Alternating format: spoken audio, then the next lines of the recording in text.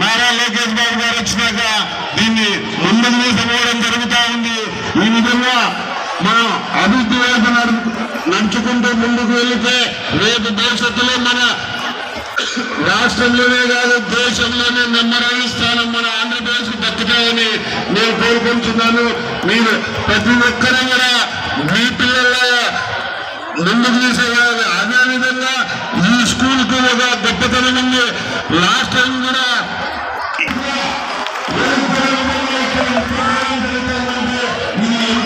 గొప్ప సంగతి తెలియజేసుకుంటారు. మీ అవకాశం ఇచ్చిన మీ అందరికీ నా నమస్కారం తెలియజేసుకుంటారు. ఈ కార్యక్రమాన్ని ఉద్దేశించి కార్యక్రమం ఎందుకనేది చక్కగా వివరించారు. తర్వాత ఈ కార్యక్రమానికి వచ్చేసినటువంటి గౌరవనీయులు పెద్దలందరికీ, మరి కాలేజ్ స్కూల్ స్టాఫ్ అందరికీ, మీడియా మిత్రులకి, కింద నా చెల్లెలు నా తమ్ముళ్ళందరికీ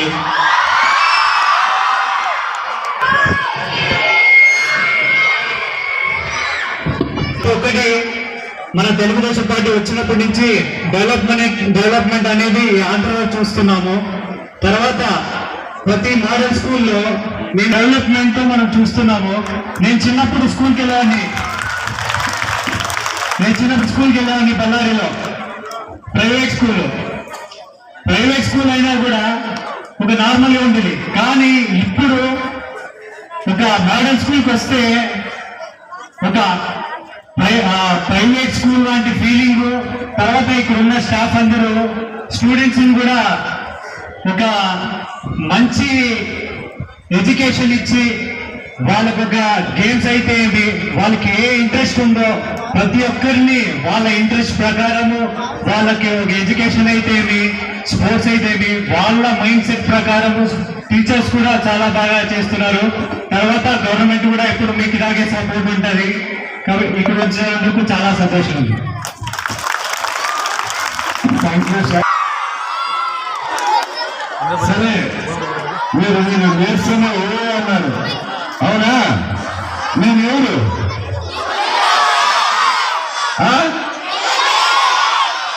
నా పేరు కదా.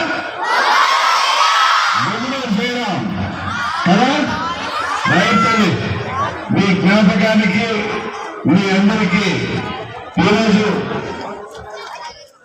టీచర్స్ ఇప్పుడు ఈ విషయం గురించి చెప్పడం జరిగింది. రాష్ట్రంలో, ఆంధ్ర రాష్ట్రంలో ప్రతి పిల్లలు చదువుకోవాలా, ప్రతి పిల్లలు చదువుకొని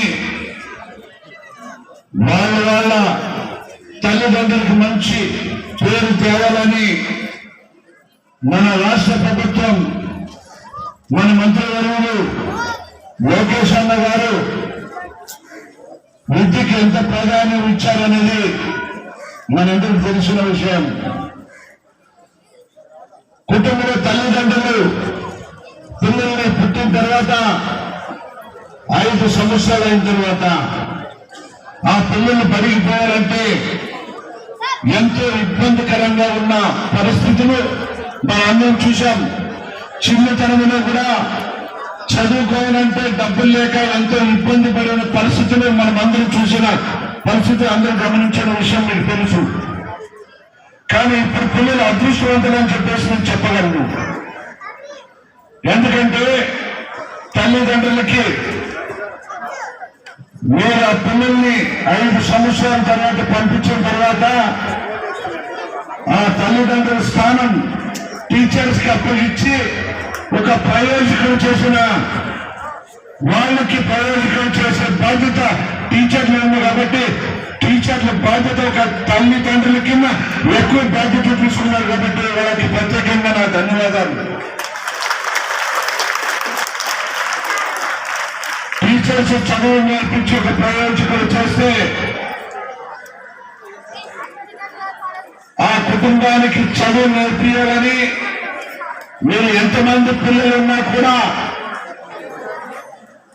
నేను చదివిస్తాను అని మన ప్రభుత్వం ముందుకు వచ్చి మన నారా చంద్రబాబు నాయుడు గారు తనయుడు నారా లోకేష్ గారు మీరు ఎంతమంది పిల్లలైనా చదువుకోండి, మీకు తల్లికి వందనం వచ్చిందా? వచ్చిందా? వచ్చిందని వాళ్ళంతా చేయలేదండి. వచ్చింది, రైట్, ఓకే. ఇది మన నారా లోకేష్ అన్న. మన తల్లిదండ్రులకి కష్టం వచ్చినా మీరు ఏమి ఇబ్బంది పడద్దండి. అన్ని విధాలుగా ప్రతి ఒక్కరికి తల్లికి వందనం ఇచ్చి మీ చదువు నేర్పించడానికి అవకాశం కల్పించిన మన మంత్రివర్యులకి ఈరోజు చూడండి, మంచి ఫుడ్ కానీ సన్న బియ్యం కానీ కదా, సన్న బియ్యంతోనే ఈరోజు సన్న బియ్యంతోనే మన ఇళ్లలో ఎలా భోజనం ఉంటుందో అలా భోజనం మనం వడ్డించి మన పిల్లలకి ఎలా ఉన్నాయో అలాగే వాళ్ళకి వంటను చేయించి చెప్పాలంటే మన ఇంటిలో మన తల్లిని చేస్తారో లేదో కానీ మీకు ఒక మాట, ఫుడ్ ఇంట్లో బాగుంటుందా, ఇంట్లో బాగుందా? బాగుందా? కాబట్టి అది బాగుండేదానికి మన ప్రభుత్వం మంచి గట్టి చర్యలు తీసుకొని అన్ని పిల్లవాళ్ళ భవిష్యత్తుకి అన్ని విధాలుగా బాగుండాలని మన ముఖ్యమంత్రి ఆదేశాలు. మీరందరూ కూడా ఈరోజు మీకు ఆటలు ఆడేదానికి కేంద్ర ప్రభుత్వం ఈ స్కూల్ని ఒక మోడల్ స్కూల్ గా ఎంచుకొని ప్లే గ్రౌండ్ కోసం 11 లక్షల రూపాయలు కేటాయించడం, భూమి పూజ చేయడం జరిగింది. ఈరోజు ఒక 15 లక్షల రూపాయలు హాస్టల్ రిపేర్ సార్, మన 15 లక్షల రూపాయలు కూడా హాస్టల్ రిపేర్ చేయించేదానికి కూడా మన కేంద్ర ప్రభుత్వం ఈరోజు ఒక మోడల్ గా తీర్చిదిద్దాలని ఈరోజు ఇంత పిల్లలు చదివించేదానికి ఇంత గొప్ప అవకాశం కల్పించారు. కాబట్టి కేంద్ర ప్రభుత్వం కానీ మన రాష్ట్ర ప్రభుత్వం నారా చంద్రబాబు ముఖ్యమంత్రి కానీ మన అందరం ఎడ్యుకేషన్ కి ఎంత పెద్ద చేశారనేది మీ అందరికీ తెలిసిన విషయం. కాబట్టి చెప్పాలంటమ్మా తల్లిదండ్రులు, మీరు ఈరోజు చూడండి, ఈశ్వర్ చెప్పినట్ల ఒక ప్రైవేట్ స్కూల్ కింద నిన్నగా మన గవర్నమెంట్ స్కూల్స్ ఈ రోజు ఉన్నాయంటే ఈ రోజు ఎక్కడ చూసినా కూడా గవర్నమెంట్ స్కూల్లో సీట్లు కూడా దొరకలేని పరిస్థితి ఉంది. నేనే ఎంతో మందికి రికమెండ్ ఎమ్మెల్యే అన్న మీరు రేపిస్తే మాకు సీట్లు దొరుకుతుంది అంటారు. ఈరోజు ఒక్కసారి 6వ క్లాస్ నుంచి స్టార్ట్ అయితే 12వ క్లాస్ వరకు మీరు కంటిన్యూగా చదువుకునే దానికి ఇంత గొప్ప అవకాశం కల్పించిన మన రాష్ట్ర ప్రభుత్వం, అది ఎమ్మెల్యే రికమెండ్ చేసిన కూడా సీటు దొరుకుతానన్న పరిస్థితి ఉంది. ఈరోజు నేను నెట్టించినా కూడా ఇక్కడ సీటు దొరకాలంటే కష్టంగా ఉంది. ప్రైవేట్ స్కూల్లోనే సీట్లు దొరుకుతాయేమో కానీ ఈ మోడల్ స్కూల్, ఈ స్కూల్లో సీట్లు దొరకాలన్నా లాస్ట్కి ప్రధానమంత్రి రికమెండ్ కావాలేమో మీకు తెలియదు కానీ ప్రధానమంత్రి రికమెండ్ అయినా కూడా చెల్లదు. ఇక్కడ 3 మంది పిల్లలు ఉంటే ఎంతమంది అన్న పిల్లలు? 692 మంది ఈరోజు ఉన్న సంఖ్యకే ఉండాలి కానీ ఎక్కువ సంఖ్య కూడా ఉండేదానికి ఆస్కారమే లేదు. కాబట్టి ఇది నాణ్యమైన విద్య నేర్పించే అర్హత ఈ స్కూల్లో ఉంది. కాబట్టి ఈ స్కూల్ యాజమాన్యానికి, ఈ స్కూల్ టీచర్స్ కి, ఆ పేరెంట్స్ కి మీరు ముఖ్యంగా మీరు వాళ్ళ టీచర్స్ కి ఒక 10 సంవత్సరాల తర్వాత ఆ పిల్లలు 6వ క్లాస్ నుంచి 12 వరకు చదువుతున్నారంటే ఆ వాళ్ళకి టీచర్లకి మీరు అప్పుడు ఇచ్చిన తర్వాత ఇంట్లో అన్నం తిన్నావా అని అనే మాట అడుగుతారే కానీ మీరు ఏం చదువుకున్నారా అనే మాట లేదు. అది ఇక్కడ బోధించి ఈ టీచర్ల బాధ్యత కన్న తల్లిదండ్రులకి ఎక్కువ బాధ్యత, ఈ టీచర్లు ఒక ప్రయోజకులు చేసే బాధ్యత మీదే ఎక్కువ అని చెప్పి ఈ సందర్భంగా మనం చేసుకుంటూ మీరందరూ రాబోయే రోజుల్లో భావ తరానికి ఒక నాందిగా ఉండాలా. మీరు మంచి చదివించుకోండి. ఈ పిల్లలు 6వ క్లాస్ నుంచి 12 వరకు మీకు అవకాశం ఉంది. కాబట్టి మీరు బాగా చదువుకొని ఒక డాక్టర్లు కావాలా, ఇంజనీర్లు కావాలా, మీరు ఏదేమి కష్టతో చదువుకుంటారో అది చదివించేదానికి మన ప్రభుత్వం ఎప్పుడు ఉంటుందని చెప్పి ఈ సందర్భంగా మనం వేసుకుంటూ ఇక్కడికి వచ్చిన ప్రతి ఒక్కరికి పేరుపై నా హృదయపూర్వక ధన్యవాదాలు తెలుపుకుంటూ సెలవు తీసుకుంటున్నాను. ఏమన్నారు? ఈరోజు మన విద్యా కమిటీ చైర్మన్ గారు చెప్పడం, జిల్లాలోనే మొత్తం నంబర్ 1 ప్లేస్ లో ఈ స్కూల్ ఉందంటే మీకు ప్రత్యేకంగా ధన్యవాదాలు. మీరు చదువు నేర్పించిన టీచర్స్ కావచ్చు, చదువుకున్న విద్యార్థులు కావచ్చు, ఈరోజు ఇలాగే నంబర్ 1 లో ఈ గుత్తి ఏపీ మోడల్ స్కూల్లో ఉండాలని, ఇంకా ఈ చదువులు ప్రతి క్లాస్ లో నంబర్ 1 గా రావాలని ఇక్కడికి వచ్చిన ప్రతి విద్యార్థులందరూ కూడా నా ఆశీర్వాదాలతో నేను వినిపించుకుంటున్నాను. జరుగుతుంది.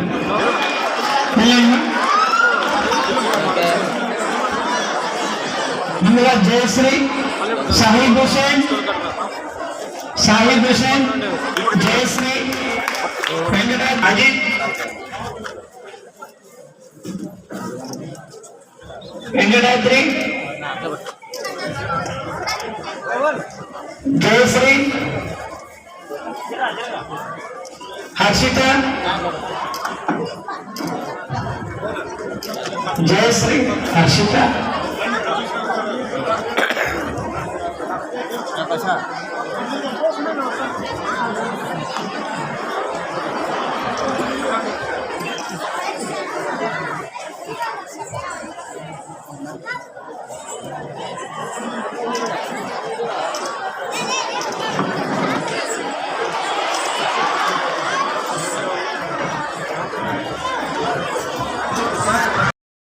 జరుపుకుంటున్నాము.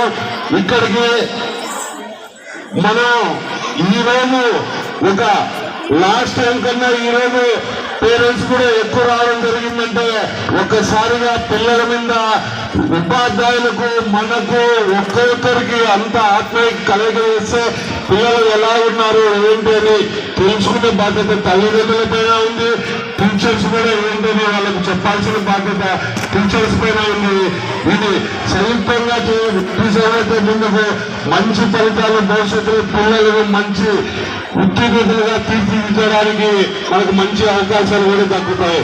ఇలాగనే మన ముఖ్యమంత్రి చంద్రబాబు నాయుడు గారు, మన విద్యాశాఖ మంత్రి నారా లోకేష్ బాబు గారు ఈ కార్యక్రమం చేపట్టాలని ఈరోజు ముఖ్యమంత్రిని కూడా స్వయాన ఆయన కూడా జిల్లా పర్యటన పెట్టుకొని పోవడం జరిగింది. అదేవిధంగా విద్యాశాఖ మంత్రిని కూడా పోవడం జరిగింది. ఇలాగా విద్యార్థులను భవిష్యత్తులో ఒక పెను మార్పు రావడానికి శ్రీకారం చుట్టిన నారా లోకేష్ బాబు గారు ఈ పెను మార్పులో భాగంగా మనమంతా విద్యార్థుల భవిష్యత్తు కోసం మనం ముందుకు పోతేనే ఇది బాగా తల్లిదండ్రులకు మంచి పేరు, విద్యార్థులకు అదేవిధంగా ఉపాధ్యాయులకు ప్రతి ఒక్కరికి మంచి పేరు వస్తాయి. ఇలాగనే గత వైసీపీ ప్రభుత్వంలో 5 ఏళ్లలో జగన్మోహన్ రెడ్డి గారు ఏం చేశారు? ఈ రాష్ట్ర